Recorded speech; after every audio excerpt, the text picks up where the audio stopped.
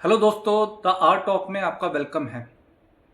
दोस्तों, अगर भविष्य में कोई बड़ा वॉर होता है तो उसका सबसे निर्णायक हिस्सा आसमान में नहीं बल्कि डीप ओशन में तय होगा।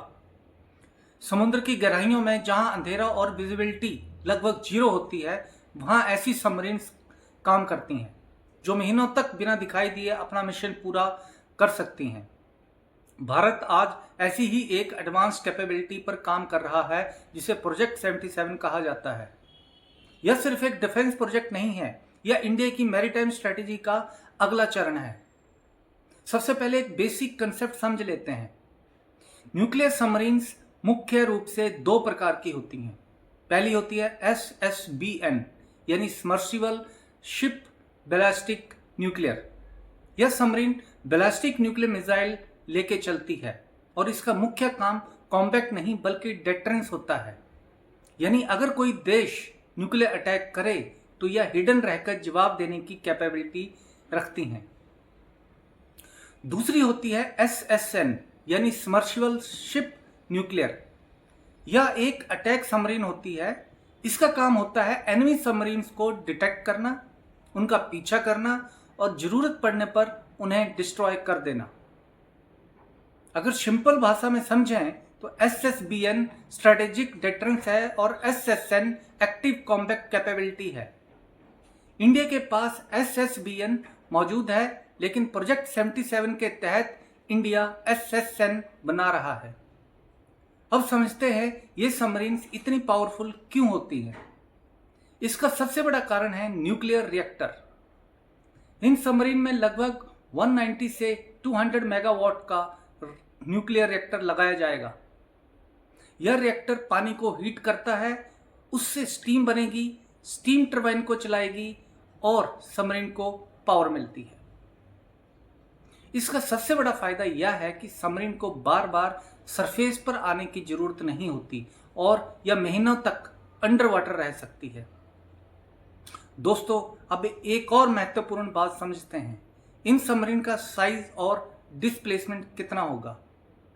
प्रोजेक्ट 77 की सबमरीन्स का अनुमानित डिस्प्लेसमेंट लगभग 8000 से 10,000 टन हो सकता है। डिस्प्लेसमेंट का मतलब है सबमरीन पानी में जाकर जितना पानी हटाती है वही उसका डिस्प्लेसमेंट होता है।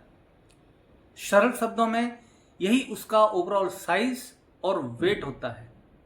इन सबमरीन की लंबाई लगभग 110 से लेकर 120 मीटर तक होगी, यानी लगभग एक फुटबॉल फील्ड के बराबर। इतना बड़ा साइज इसलिए जरूरी है क्योंकि इसमें nuclear reactor, cruise space, missiles, sonar systems और सेफ्टी सिस्टम शामिल होते हैं।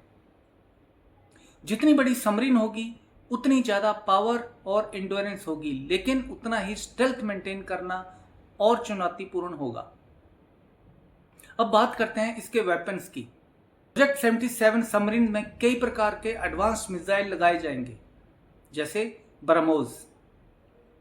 ब्रह्मोस मिसाइल एक सुपरसोनिक क्रूज मिसाइल है जिसकी स्पीड मैक 2.8 से 3 तक होती है और इसकी रेंज लगभग 300 से 500 किलोमीटर की है। यह शिप्स और लैंड टारगेट दोनों पर स्ट्राइक कर सकती है। निर्भय मिसाइल, यह एक ऐसी long range subsonic cruise missile है जिसकी रेंज लगभग 1000 से 1500 किलोमीटर की है। यह डीप टारगेट पर प्रिसिशन स्ट्राइक के लिए उपयोग होती है। फ्यूचर में हाइपरसोनिक मिसाइल भी शामिल हो सकते हैं जिनकी स्पीड मैक 5 से अधिक होगी और अनुमानित रेंज 1500 से 2000 किलोमीटर तक हो सकती है। इन मिसाइलों की सबसे महत्वपूर्ण बात यह है कि ये सबमरीन के अंदर से ही लॉन्च हो सकती हैं बिना सरफेस पर आए।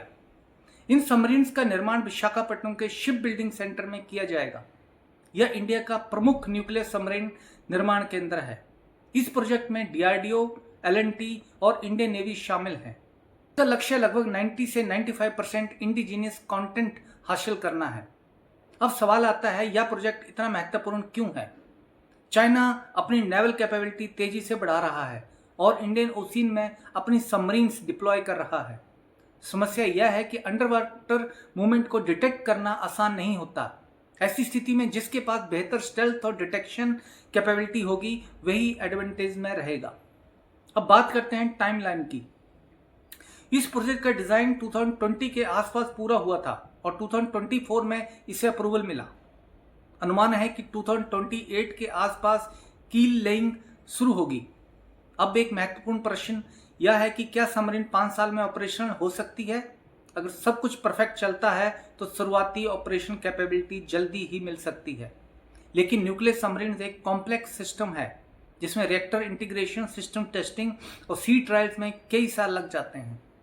इसलिए रियलिस्टिक टाइमलाइन 2035 तक की मानी जा रही है।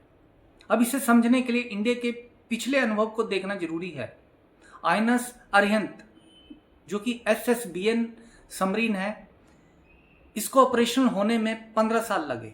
आईएनएस अरिहंत के बाद आईएनएस अरिगात आया जिसे बनने में 7 साल लगे। आईएनएस अरिगात के बाद आईएनएस अर्धमान आया जिसको बनने में 5 साल लगे। इससे एक पैटर्न स्पष्ट होता है, जैसे जैसे एक्सपीरियंस बढ़ता है कंस्ट्रक्शन टाइम कम हो जाता है। अगर हम कंपैरिजन करें तो अरिहंत क्लास का डिस्प्लेसमेंट लगभग 6000 टन है, जबकि प्रोजेक्ट 77 सबमरीन उससे बड़ी होगी, लगभग 8000 से 10000 टन। इसका मतलब यह है ज्यादा पावर, ज्यादा वेपन्स कैपेसिटी और ज्यादा ऑपरेशनल रेंज। प्रोजेक्ट 77 सिर्फ एक नई सबमरीन नहीं है, बल्कि साइज, पावर और कैपेबिलिटी तीनों में अपग्रेड है। यह प्रोजेक्ट इंडिया की नेवल डॉक्ट्रिन में बदलाव का संकेत देता है। पहले फोकस कोस्टल डिफेंस पर था, लेकिन अब फोकस डीप ओशियन कंट्रोल पर है। ये सबमरीन्स एयरक्राफ्ट कैरियर्स को प्रोटेक्ट करेंगी, एनिमी सबमरीन्स को ट्रैक करेगी और लॉन्ग रेंज स्ट्राइक कैपेबिलिटी प्रदान करेंगी। भविष्य के युद्ध सरफेस पर नहीं बल्कि ओशियन के अंदर तय होंगे। इंडिया इस दिशा में धीरे धीरे लेकिन मजबूत कदम उठा रहा है। प्रोजेक्ट 77 उसी रणनीति का एक महत्वपूर्ण हिस्सा है। दोस्तों, अगर आपको यह जानकारी उपयोगी लगी हो तो वीडियो को लाइक करें और चैनल को सब्सक्राइब करें। आप अपनी राय कमेंट में जरूर बताएं। Thank you very much. जय हिंद।